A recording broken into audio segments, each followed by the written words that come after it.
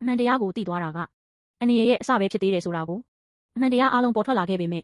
လူတိုင်းရဲ့မျက်နှာပေါ်မှာမျောလင်းချက်မပေါ်လာခဲ့ဘူး။ဘာကြောင့်လဲဆိုတော့သူတို့ရင်ဆိုင်နေရတဲ့သူကတာမန်ရန်သူမဟုတ်တော့ဘူး။နှစ်ပေါင်းရာချီအတွင်းဝိညာဉ်မွေသွေးနှစ်တွေကိုစုပ်ယူလာခဲ့တဲ့ပုတ်တင်ညိုဘရင်ဖြစ်နေခဲ့တယ်။အဲ့ဒီအချိန်မှာမျိုးနွယ်အကြီးအကဲတွေတောင်မျက်နှာပြတ်သွားခဲ့ကြတယ်။ဒီညမှာငါတို့အားလုံးပူးပေါင်းတိုက်ခိုက်ရင်တော့သူ့ရဲ့ပြိုင်ဘက်မဖြစ်နိုင်ဘူး။အခြေအနေကမျောလင်းချက်ကင်းမဲ့နေတယ်လို့ထင်ရတယ်။ဒါပေမဲ့ကုရှိရဲကတော့ရေမောနေစေဖြစ်တယ်။သူကမူဝန်ကိုစိုက်ကြည့်ပြီးပြောလိုက်တယ်။မင်းရဲ့ဉာဏ်ရည်ကိုတော့ငါအတိအမှတ်ပြုတယ်။ဒါကြောင့်နောက်ဆုံးခွင့်ရေးတစ်ခုပေးမယ်။ငါရဲ့မင်းသမီးဖြစ်မလား။မင်းသဘောတူရင်နတ်မျိုးနွယ်အားလုံးတည်သွားတဲ့နောက်မင်းကိုအသက်ရှင်ခွင့်ပေးမယ်။ထိုစကားကိုကြားလိုက်တဲ့အခါမူဝန်ရုတ်တရက်တစ်ခုခုကိုတတိယသွားခဲ့တယ်။ဘဝတစ်ခုအရင်က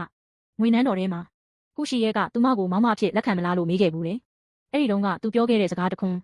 မင်းကိုသားသမီးမပေးနိုင်ဘူး။အဲ့ဒီအချိန်မှာနားမလည်ခဲ့ပေမဲ့အခုတော့အားလုံးရှင်းသွားခဲ့ပြီ။ကုရှိရဲဟာသူမကိုမတက်ချင်ခဲ့ဘူး။သူနည်းသူဟန်နဲ့အသက်ရှင်ခွင့်ပေးဖို့စူးစမ်းခဲ့တာဖြစ်တယ်။ဒါပေမဲ့အမားတွေအယမ်းများသွားခဲ့ပြီ။သွေးကြွေးတွေအယမ်းများသွားခဲ့ပြီ။ပြန်လှည့်လို့မရတော့ဘူး။မူဝန်ကအေးဆက်စွာပြန်ဖြေလိုက်တယ်။ဒီရုပ်ဆိုးပြီးအနံ့တက်ဆိုးတဲ့ပုတ်တင်ညိုကြီးကိုကျမဘယ်တော့မှမရွေးချယ်ဘူး။ထိုစကားကြောင့်ကုရှိရဲရဲ့မျက်နှာချက်ချင်းမဲမောင်သွားခဲ့တယ်